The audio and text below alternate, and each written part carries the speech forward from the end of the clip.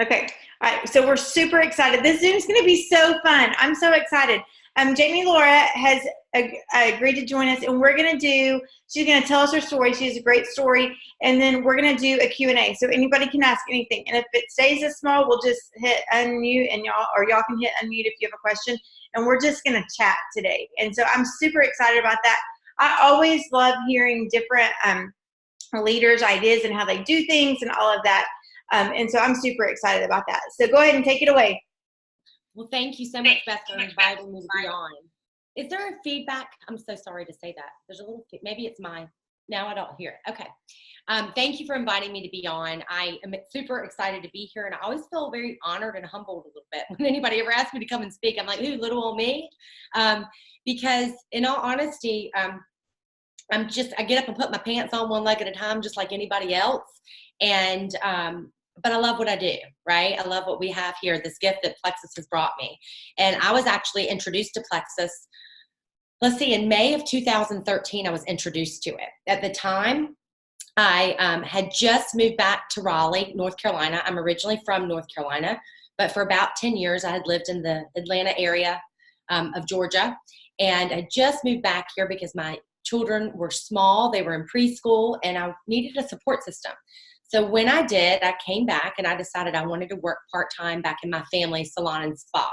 I grew up in the beauty industry, and so I did. And I was working there in my mom's salon, and my sponsor had become a new client of mine, and she came in and asked me if I'd like to try the triplex with her. At that time, I don't even think we called it the triplex, but it was the Slim Drink, the Bio Cleanse, and ProBio. And I told her, thank you, but no thank you, I wasn't interested. But she did leave a 3-day sample of the Plexus Slim with me, and I obliged and took it, but I had no intention on truly taking it because I went home and I did what every smart, intelligent person does. I shoved it underneath my bathroom counter. And about 8 weeks went by, and Leslie came back in. So this was probably like latter part of July. And I saw her, and I immediately got girl envy, if I'm honest. She had lost, I think, around 14 pounds. And I was like, wow, have you been doing that system you told me about? And she said, yes. And I was like, okay, so you better believe I ran home about as fast as I could, ripped off my bathroom cabinet door, and started my 3 days of the Slim. And in my personal story, now remember, everybody's story looks different, but I lost like 3 pounds in that first 3 days. And Lord knows it could have been water weight. I could have lost it out of my earlobes or my big toe. I didn't care. I had lost 3 pounds. So I called Leslie up and I said, okay, how do I get more of this? I got to have more. And she told me the best thing I could do was join as an ambassador just to get the better pricing. So I did. Had no intention, as many of us start out, of ever working network marketing business. Network marketing to me was of zero interest. And if I'm very honest and candid, I thought it was cheesy. I thought network marketing was cheesy. And the reason being is, like I told you, I grew up in the beauty industry, and we had the really sweet man named Bob that would always come into our salon. And Bob was so nice, and he would, we loved him and adored him in so many ways because he had such a kind disposition and kind personality. But Bob had a perm and wore a polyester suit. And so that was my vision of network marketing, right? That's what I attached network marketing to, was that vision. And I just didn't want to have a perm and wear a polyester suit. So that was, network marketing wasn't for me. But in my first month, I was having really great success. And on a personal level with my health and the products, I was losing weight. I was feeling better, sleeping better, and I think people just started taking notice and started asking me about the products. So very unintentionally, I would just say, well, yeah, I'm taking Plexus. I'll never forget, I walked into preschool one morning, and one of my daughter's friends' mothers said, what are you doing? And I said, I just dropped Laura James off at school. She goes, no, what are you doing? You depuffed. And I was like, oh, Plexus. And so it was just kind of organically evolving that way. And in those first 30 days as well, Leslie kept encouraging me to look at the business opportunity. And I would go silent on her. I would not respond to her messages or her texts or her voicemails about that. But yet she could call me up and say, hey, a group of us are getting together and going out Saturday night. Would you like to go? And I'd be on it, right? So, but after that first month, I got a check from Plexus, and I really didn't know why, because I was sharing it. And I told them they could go to my website, but I didn't really, I don't think it had clicked for me that I was making money. You know, I was just leading them to the products. And I was like, wow. And my first check, my eyes got rather big. I was like, just from sharing, okay, well, what could and would happen if I were to roll up my sleeves and actually intentionally share this, right? It's obviously helping people. I love the product. So I did. And I ranked to Emerald in my first 11 months. And then by month 21, I hit Sapphire. And the very next month, month 22, I ranked to Diamond.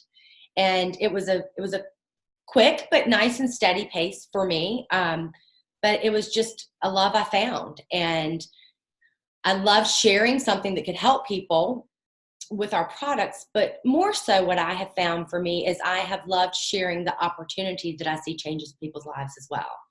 And watching people be able to no longer have to worry month to month, right? Be able to supplement their incomes. Watch them really grow as on a very individual basis and find purpose again in their life. And that is the gift for me that far outweighs anything else. So that's, in a nutshell, my story. And in that first year, I also lost a good amount of weight. I had some chronic discomfort in my hip that had gone away, which I had tried in numerous amounts of ways to make it. So my health was better, finances were better, and I was able to share it. And I still sit here almost, 5.5 years later now. So. Isn't that crazy? So I knew that we had to have joined about the same time. I wasn't sure, but I was thinking it was around, I was March of 2013. So it's so crazy that, next month will be my 6-year anniversary, which is absolutely insane thinking that. It's gone by in a blink of an eye. Right. Yeah. It's crazy. And just the fact that I was like, I am not doing this, whatever, and how life has changed. So anyways, I just love hearing people's story and people, 6 years later who still are loving the products, who the products are still working for us because they're amazing and you're still able to grow your business. So will you talk about that just a little bit? Like, because so many people are like, oh my gosh, I've been in it so long. I don't have anybody else to contact, how do you keep your business going 6 years later? Well, I think what's really important for me is what our business is truly about is, yes, it's important to have daily income producing activities that you personally attack every day, right? It's important to have a goal set. All of these things are important, but for me, what I believe the root of our business is it's based on relationships. And so I am always sharing Plexus in my life, but that's because of my relationships. Not just pre-existing ones, but I'm always, I'm nourishing those and continuing to build those, but I'm always building new relationships as well. I truly believe this should be called relationship marketing in lieu of network marketing. Yeah. Because if you can build a great relationship with people, that will take you very far in this industry. And I think that has to come from a genuine place, obviously. A lot of authenticity has to be in that. But, they say that people really don't, what is the saying? Gosh, I posted it the other day. That, I'm not good at repeating things. I'm memorizing things. But something of the sort of, people don't care what you know until they know you care, right? So. It's the truth. And, I think so many times people get frustrated or maybe even stuck because they're like, this isn't happening overnight. Well, I'm like, you can't build a relationship overnight. It would be fake. It wouldn't be genuine, right? And so many times, and I think the longer that I've been in it, you have to, I am making new friends and building new relationships. And so sometimes it does take longer than when it did at the beginning because, at the beginning, a lot of my people were just like, okay. Now, some people are like that. The boys are getting their haircut from a new lady and we've been talking. They've only been like 3 times and she's interested in doing it. And she was so funny the other day. She goes, I don't even care. Just tell me what I need. Like, I totally just will do whatever you say. But in the beginning, we had a lot of that, I think, because they were our closer friends, whereas now we are having to build those relationships, But I agree with you. It all goes back to relationships and loving people. And Alicia just popped on. She was on another meeting. And that's so, so important. And not getting stuck in the, oh my gosh, they said no. Because, it took my very best friend like 4 years to even try the products. Was she still my friend? Absolutely. Joined for the first 4.5 years. Now I have 3 sisters. One had joined for just the products. One dabbles in the business, and the other wouldn't even look at it or even consider joining until just about a year and a half ago. And your mom does it too, right? Yes, my mom also. Yeah. Isn't that, it's so crazy. Family sometimes is the hardest, I think. You're like, how in the world? We've been doing this 6 years, and it's helped our family, our health. It's helped our finances. Like, how in the world can you not take a chance? But sometimes it just takes, it may be 6 more years before some people finally try it. Absolutely. And I think that what's so important is whether it's out in your daily life, when you are, meeting new people, or already just, speaking with those that you've known a long time, or if it's on social media, when you're putting it out there, people are watching you. They're watching for your consistency. They're watching to see where your belief stands. Is it strong or not? And definitely here I am 5.5 years later in, and I just had a lady join me last month, and I've known her since I was in the 8th grade, and she's like, I've been watching you all this time. I just finally now decide I want to try it. And isn't that funny? Yeah. And I went back through our messages on Facebook, and we actually had messaged. There were several times I had reached out to her and she wouldn't respond to me. So you have to really learn not to take things personal. I think many times what can happen is people come in and they will present the opportunity, whether it's for the health or the business, to someone, and they're told no, and they take it personal. And really, it's just a matter of timing. It's a matter of someone being ready. And when that happens, it does. And knowing that they're watching you in that process to do all the things that I listed a moment ago, to see if you're consistent with it, whether it's something you're going to just come in and fly back out of, or whether your belief is strong. And when they see that you're consistent, sometimes it takes people a little longer than others. Of course, you'll have those that immediately are going to jump on with you in the beginning, right? But that's going to look different for everybody. Yeah, for sure. And I think it's so true, especially with social media and especially around your friends, is being consistent and not, the people that when they say I'm posting on Facebook, but they post on Facebook once, maybe twice a month, especially with the new algorithms that Facebook is doing, people don't think you're serious. People don't think you're committed to this. You have to, let people know that you're committed for sure. Okay. So you talked about how you love sharing the opportunity. Mm-hmm. Tell us how you do that. Do you lead with the opportunity most times, or how do you do that? I honestly, it can look an array of ways. I really think it's important that you become in tune with where the other person is. Find out. In the beginning, I'll never forget, and I forget at this point who even shared it with me, but it was the 3 W's is what they expressed it, how they expressed it to me. And they said, you need to find out first, is the person looking for health? Wellness, wealth, or what was the other W? Or oh my goodness, see how I forget everything? The 3 W's. I know there's I know the back of my head too. I know. We've heard that forever, and I can't think weight loss. What is it? Weight loss. Thank you. Thank you, Alicia. Yes, you brought it home for me. Weight loss, wealth, or wellness. So it's a triangle. Yes.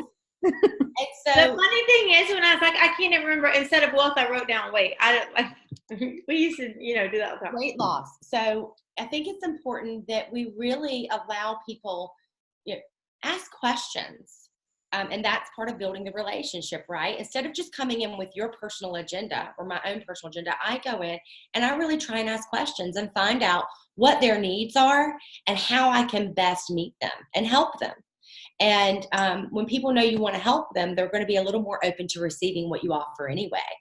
And so I really lead with how I present Plexus based on that. I know others will go in directly for the business opportunity.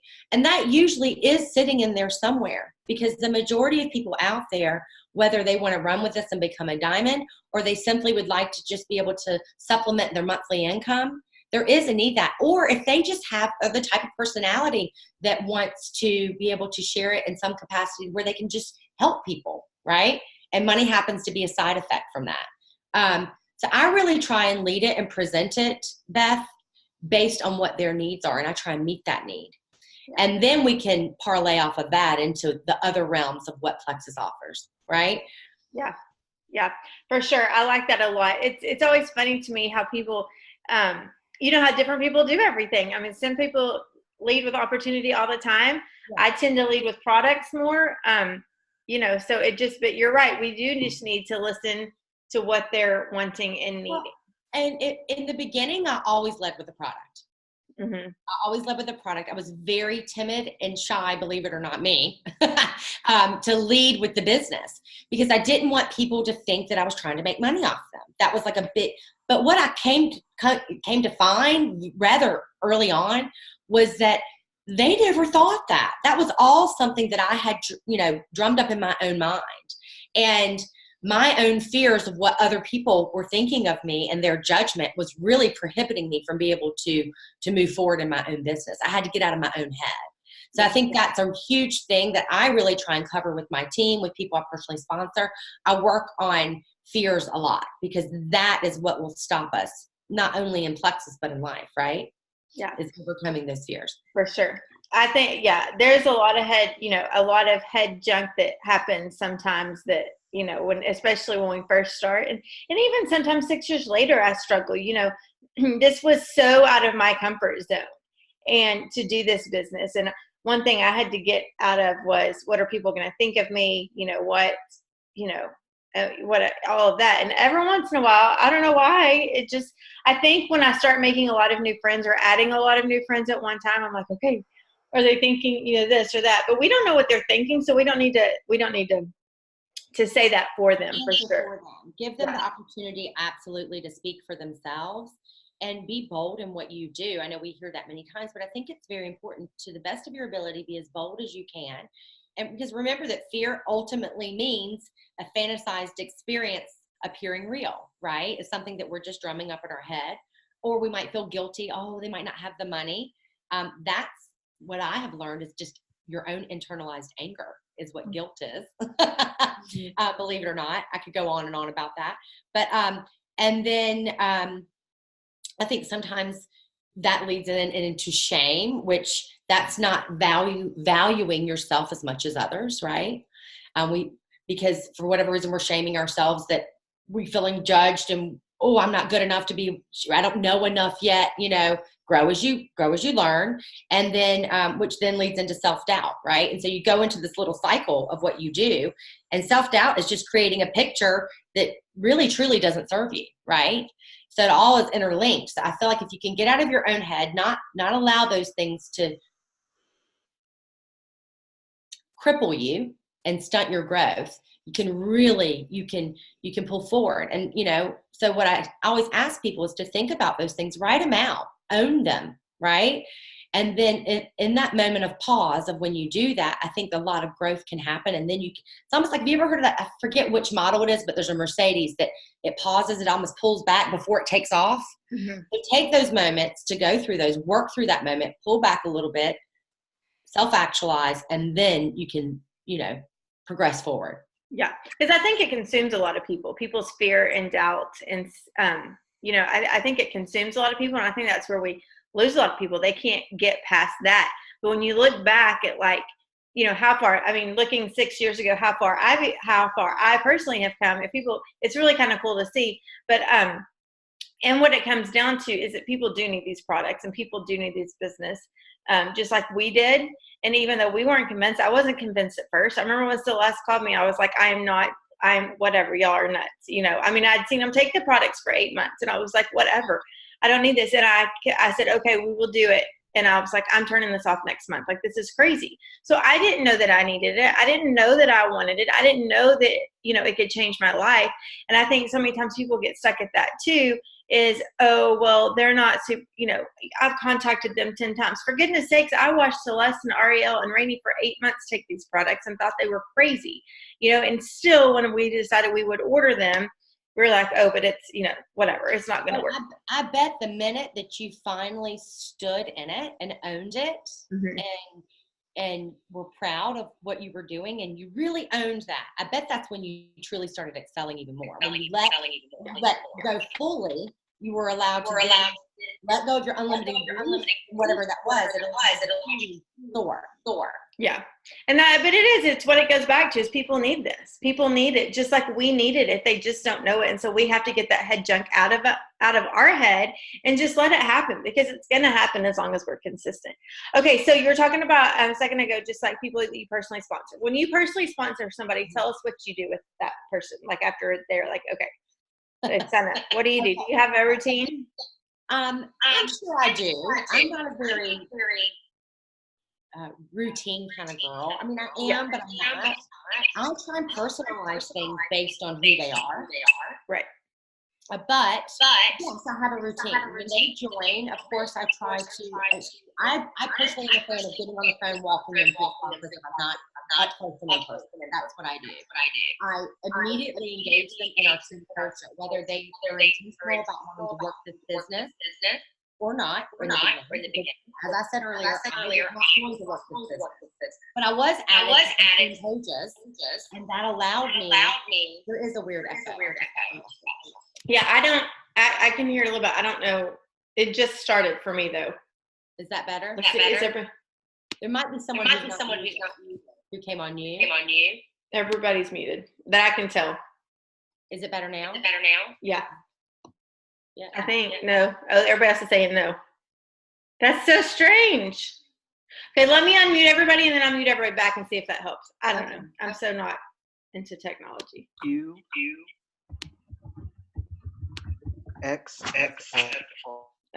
that was Scott. Oh, hold on. You're not unmuted. Hold on. Okay. I think it's you back. If you mute, then it won't kick back. Maybe. Try that.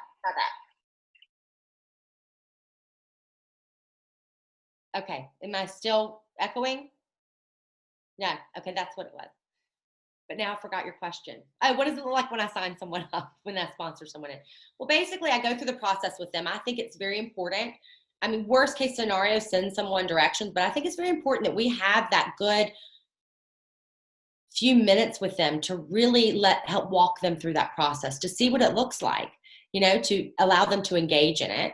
And then I always make sure that I, of course, introduce them and welcome them on my team pages, because what I believe is, even if someone comes in and they say they're not interested in working the business, they just want to be a wholesale ambassador, right?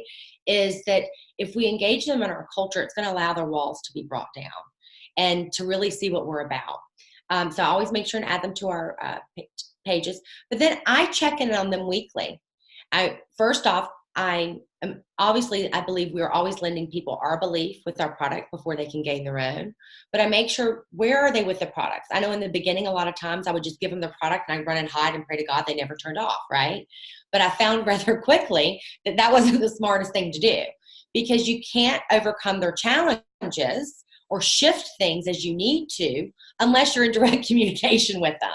And we want them to ultimately be successful with the products. And also, I think it's important to do that because many times people will end up putting it on their kitchen counter and they think our products work through osmosis. Well, unbelievably, believe it or not, they don't. So, and that way too, you're almost a little bit of an accountability partner for them. I truly believe it's important to get them on their products. We can't force them, right? You can lead the horse to water, but you can't make them drink it. But I am a huge believer in that you can give them a little salt and make them thirsty. So as you are calling them to check in on them, it's not to be a nuisance. It's to simply let them, number one, know you care. Number two, help walk them through the process, adjust things as needed in their product regimen. So I do that.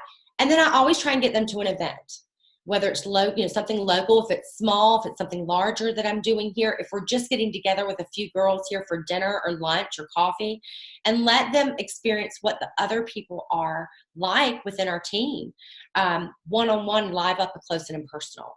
Because the reason I say that is when I started with Plexus, I truly didn't catch the vision until I went to Leaders Retreat in Amelia Island. I didn't know.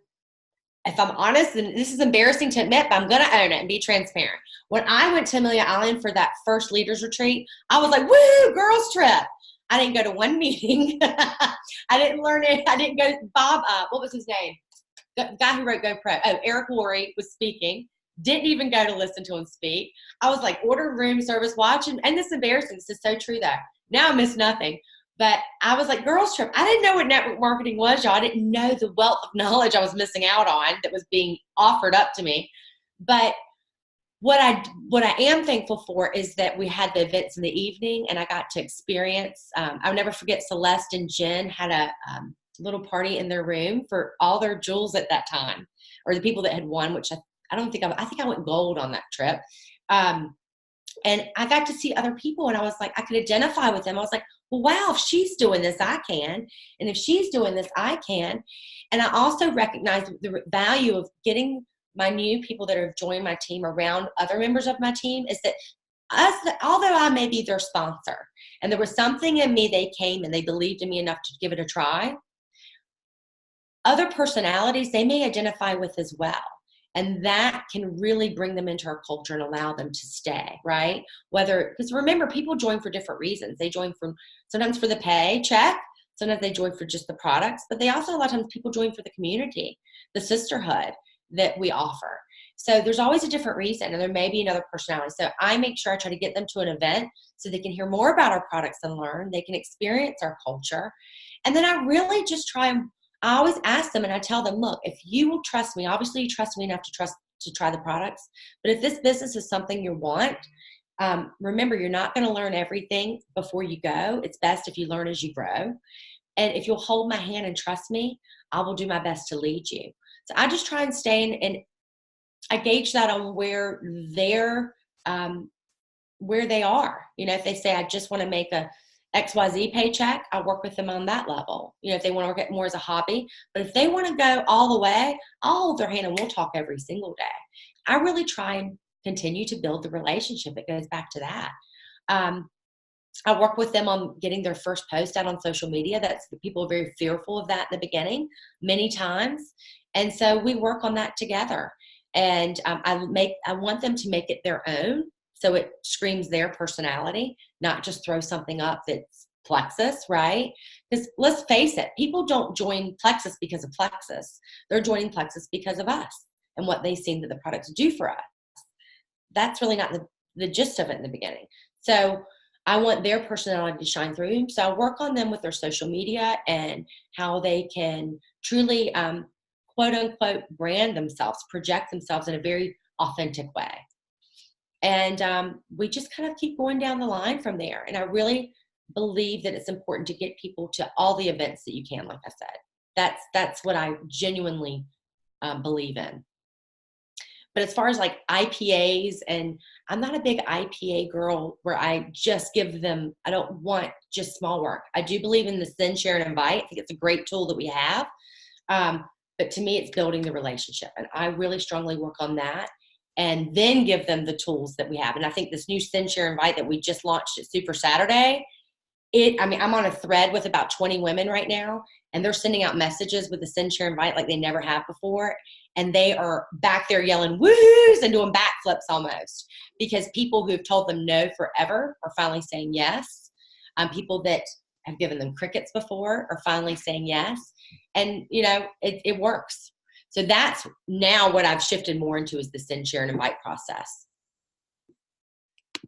I love that. And I say all that. I love that you talk about, getting them to an event or to a, something, even if it's just like a lunch or dinner. I always say if people become a part of something, they're not going to leave, because they want to be connected to something. They want to be a part of something. And you're right. A lot of people join this because they need people and they need something and they need to belong somewhere.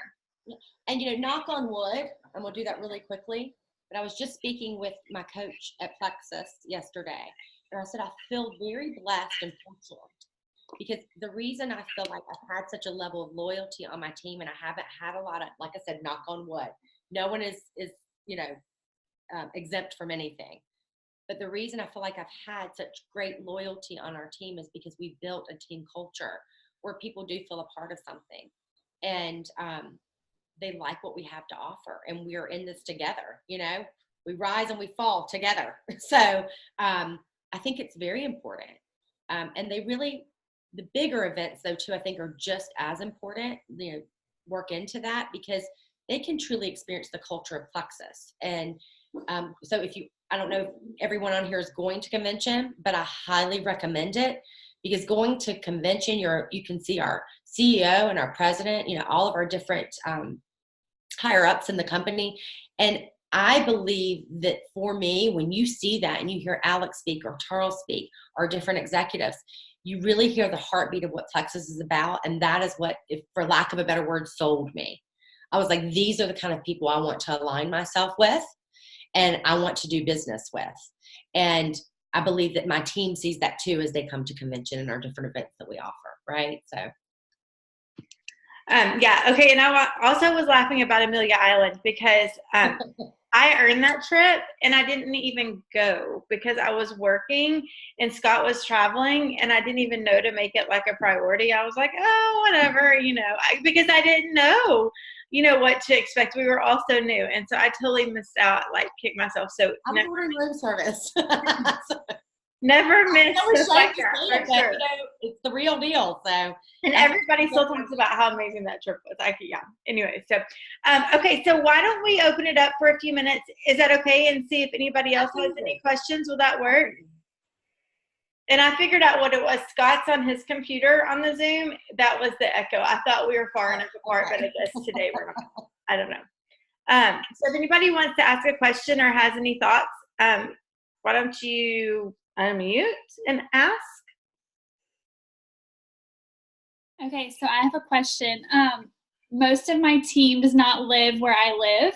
Okay. I'm a senior gold ambassador. So when you invite them to events, in my case, since most of my runners are farther away, and some of them are smaller towns where not much, they can't get to an event right away. I mean, convention, obviously.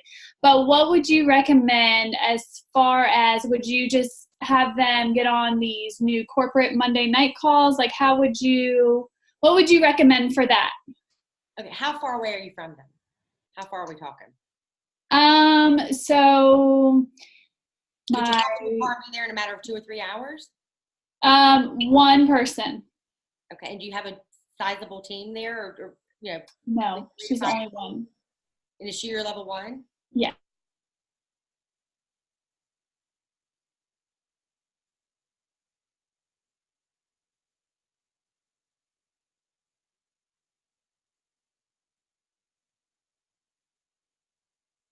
Your line to find other people in their area where there's events that they can attend and get into the One Plexus culture. That's what a lot of us do. We'll tap people into other, if there's a leader in that area that hosts events, utilize that. But I would encourage them too, to create some of their own events and start inviting people to it. Like once a month here in Raleigh, we do a dinner and we invite people to come that are on our team and to bring a prospect. We don't necessarily do a big presentation. We have those events as well, but we just let them kind of come in and get to know us, right? And hang out, have fun. People will stand up and share their personal testimony, and we eat dinner and drink a glass of wine and have a good time. So that's something that someone there, if you know there's a leader in that area on your team, that someone is kind of a self-starter already, get them to kind of navigate that and get it going. And even if it's 3 or 4 people with the first one, that's okay. Even if it's 2. Remember, it's not quantity, it's quality, right? The quality of what's being spoken and the quality of the event, quality of the evening. But for the person who lives 2 to 3 hours from you, I spent after my first year, especially when I was going on my road from Emerald to Diamond, I was a road warrior in North Carolina. I sacrificed a lot of time with my home life, my children. Even in the evenings, I would hop in the car around 4:30 or 5, and I would be somewhere in an hour to 3, depending on where it was. And I would host all different types of events. We would do sip and sees. We would do, we would call them pink drink tastings, where we would gather in people's homes. I'm sure you've seen these people host. And I would get there and I would intermingle with them and help them pass on what give them your belief, build the brand, build the culture, and let them build the culture along with you. And it will spread. People will start showing up. And like I said, I've gone to events where I've had one person show up. I've gone to events where I've had standing room only. And, you know, and so it will build. But that's what I personally would do. Also, now, obviously, when I first started, we didn't have Zoom like we are today. We did everything on the phone. We did these team 1-800 free conference calling numbers. And I would do those once a week for my team. And I would ask, just like I'm on this call with you guys today, I would ask different leaders. And Lord knows I would be squeezing my butt cheeks half the time and squinting my eyes, just praying they'd say yes when I sent them that message on Facebook. Would you be willing to get on my team call? You know, because I was just a senior gold, ruby, gold, whatever I was. And I remember they were always so nice. And the majority of them would definitely say, yeah, I'd be on that for you. Every Sunday night, I would be sweating bullets trying to make sure I got my babies in bed. They were fed. And I would put the fear of the Lord in them that if you speak while I'm on this call, I'm going to hang you up by your toes and treat you like a piñata. But I would host a once a week call every Sunday night to kick off and invite other guests on to share their experience. Because just like I was talking about in those lunches or dinners that I have, and I want to get people engaged in that culture, I'm here, but I can't be everything to everybody. And not everybody's going to identify with me. So you want to bring other people in, because that can be when someone else on your team has that aha moment, or they bring a potential on and they have their aha moment. Oh, I identify with her. My story is somewhat like hers, right? So you can host different Zooms once a week with your smaller team, you know, or bigger teams, whatever you want to do. And I think Zoom's great because we can see each other, right? It does personalize it more than those 1-800 conference calls we used to do. Yeah. And don't feel like one word of wisdom that I will give you is that when I first started doing them, I felt like I had to be the CEO and sit behind and be everything I had to say was perfect. Well, as you've heard me today, I forget half the stuff, okay? My memory doesn't serve me well sometimes. So just be you, be authentic. Don't feel like you have to know everything. One thing I absolutely remember when I was hosting these calls, I was asked almost all the diamonds, do you know the ingredients in X, Y, and Z? And they were like, no, I don't, you know. We're going to have people on our teams that are, like, I have a certified holistic health coach who's my level 1. And I love having her in that position because I couldn't even still tell you what half the products are in the Slim, okay? And so I go to her and say, what does that do again?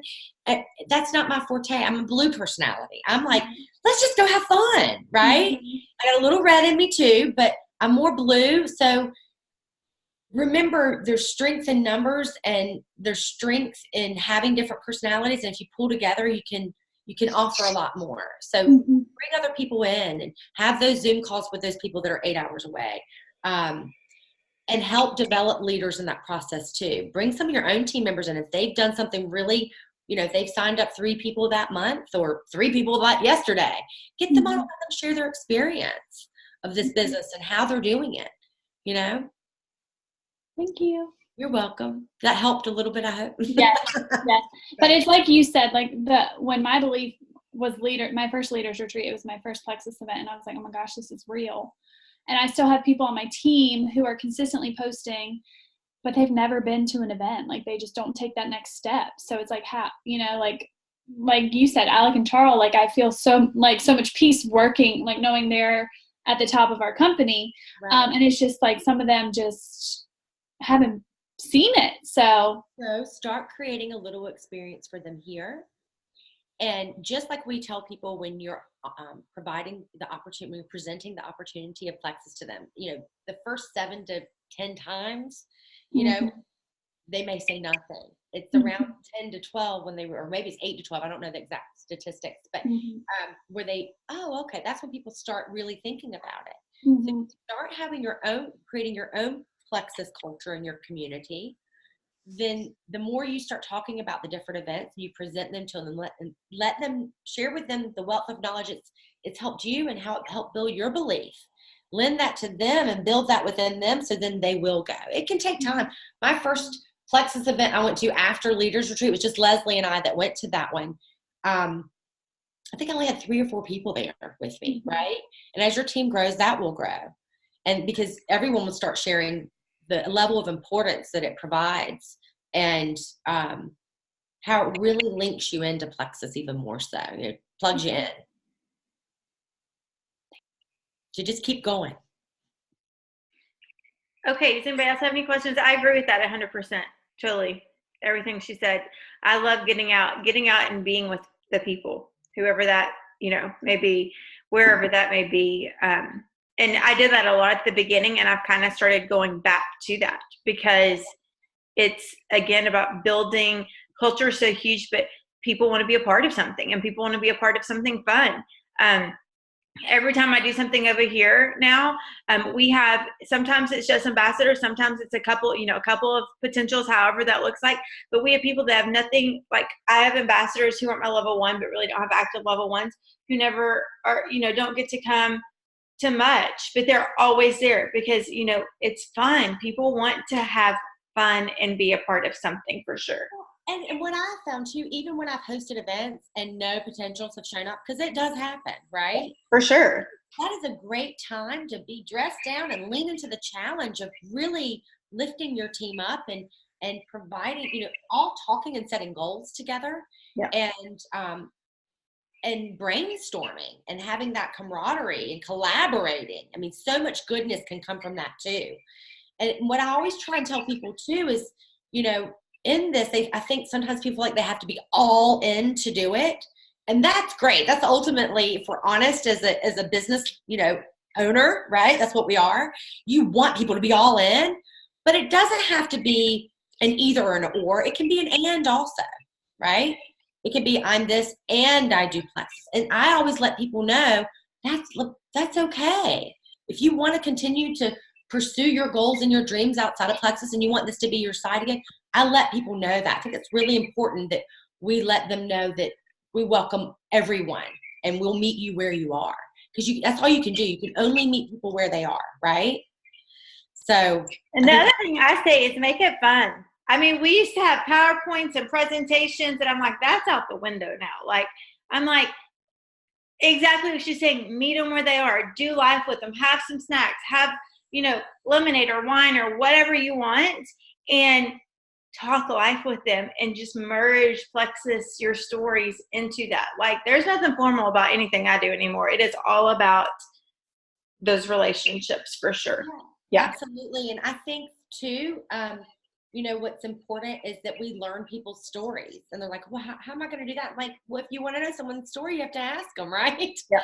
So that's how you build that relationship also. So, and the more you learn about people, then you're going to share more about you, and the bonding happens. And that, to me, is the most beautiful thing that can happen on our teams, is the bonding. And like I said earlier, the sisterhood. Like, I know my level ones who are, and I work with all levels, obviously, on my teams, but those are really my peeps. You know what I mean? Because I sponsor, we have this little sisterhood, and then we have others on our team that we bring that into. But it's like, it just feels good. It's like your own family, like, oh, I'm having a bad day. You can call and talk to them about that. Oh, I have had a success. I can call and share my success with them. And it allows you, I don't know. That's what I love the most. So when you create that and they help create it with you, that's a really beautiful thing. For sure. I love that. What else? Does anybody else have any questions? We probably have time for a couple more. Anyone? Can I share something that I learned the other day? If no one has a question, somebody has a question, please ask. But I had a thought of something I'd like to share. Of course. I want to ask a question. I can't see everybody, but the ones I can see, raise your hands if you want. Does anybody here just really not like small talk? Okay. Are you the one, like, you're in the grocery store and you see somebody from the third grade and you're like, turn around and flip it and run out the other way, praying to God they didn't see you the whole time? Okay. Well, I'm one of those people, if I'm honest. I've always gone, oh, I loathe small talk. I don't like it. Well, I went to an event like a week and a half ago. I was invited to this. I'm a part of this group called Goal Friends, and we set goals together. And they had a special speaker come in. Teresa Huggins is her name. And she came in and she asked what our biggest thing is that we, might hold us back some. I was like, well, me, it's small talk. I don't like small talk. And she said, okay, but remember, I said, but she goes, well, what do you love about connecting and having relationships? I was like, I love the deep connection. I love the intense conversations where we can just really delve into, why this happened, and wrap your brain around it and come up with all the ideas and then create, visions of what you want things to be. And she said, okay, but something I want you to remember is this. Without small talk, you must have it. Remember, you have to have small talk in order to be able to get to know somebody, which then leads to the conversations, that leads to the deeper connection, which leads to the even deeper conversations. So that's something I really learned the other day, and I thought about it. I'm like, okay, so I am going to engage more in small talk. So what I would ask each of you to do is stop at some point. Like I said earlier, I think pausing is always good. Growth can happen in pause, right? And I want you to ask yourself, what is your biggest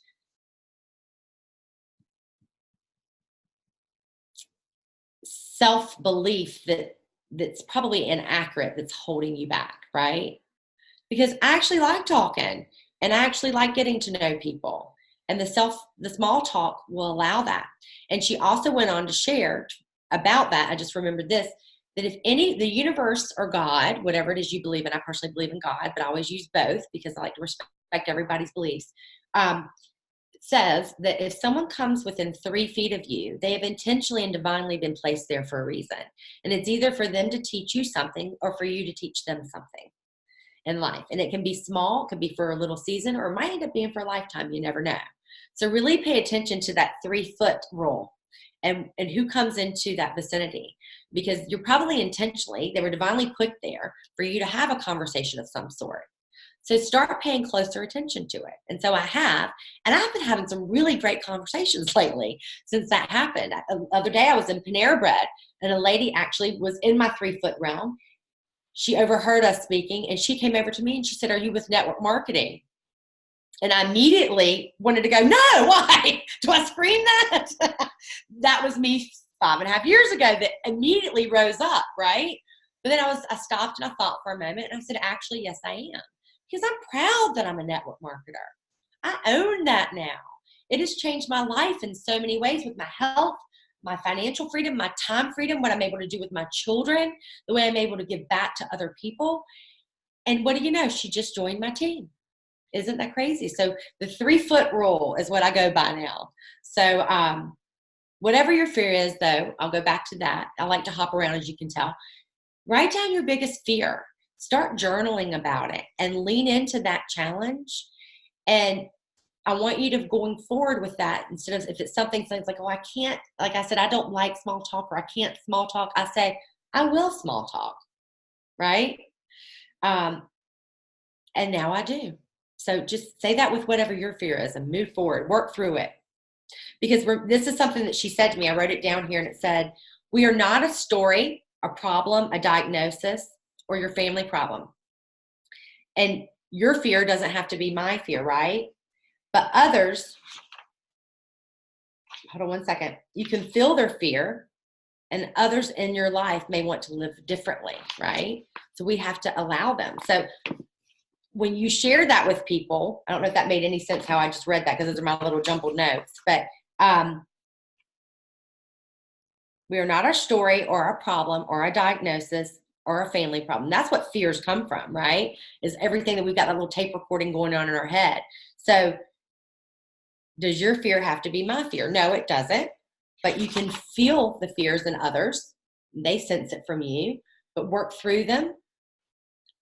You may want to live differently. So allow yourself to. Give yourself that permission, is basically what it was saying. Lean into that challenge. Write it down, work through it, because you're probably stuffing it down. And if you allow it to come out and you speak it, I notice when I speak my fears, it releases them immediately and I no longer have them. So that would just be another little piece of advice, and I'll be quiet now. I love that. I love that 3 feet rule. Like, seriously, that, I mean, or not rule, but the 3 feet, you know. That's what she called it, the 3 foot, of course, I'm a redneck from Eastern North Carolina, so we call it 3-foot rule. But yeah, I mean, it's 3 feet. And anybody that comes within 3 feet of you, they've divinely been placed there for a reason. Yeah. So pay attention. And, you know, I think it's really good to spark up conversation. You were asking me earlier, you know, how do I present the opportunity? I try and do it very organically, you know, and I always try to have samples on me or somewhere nearby have a product catalog. I think it's important to have tools. But I always ask people, and that's a part of building a relationship. I ask them, "What do you do?" You know, and they're like, they end up telling me, and 99.9% of the time, their response back to me after they tell me what they do is, "Well, what do you do?" And that gives you the launching pad right there and the platform to stand on and say, exactly what it is you're doing and share that with them. So get your 30 to 90-second elevator speech, that you can give back to them. And that's when I always then pull out my phone and say, are you on Facebook? At the end of our conversation, can we be friends? Because then I don't have to puke plexus on them. They're going to watch me a little bit too. But then I can also follow up with a message and say, hey, I enjoyed meeting you the other day. Would you like to get together coffee sometime? And half the time I don't even bring up plexus. For me, that works, right? I try to build the relationship, then I'll let plexus come in. So. Awesome. This has been great. Thank you so much for spending the morning with us. Like, seriously, so good. Let's see. Yeah, it's so good. So we will end with that. But thank y'all all for being on. Thank you, Jami-Lara. I mean, seriously, like, I'm sitting here, I've gotten a lot from you today. So thank you. I appreciate it so much. I'm going to be calling you and asking you to be one of mine now. So. All right, we'll do it for sure. I'd love to do it. I'll scratch yours. Okay, anytime, seriously. Thank you so much. And we'll talk to you all soon. Y'all have a good day.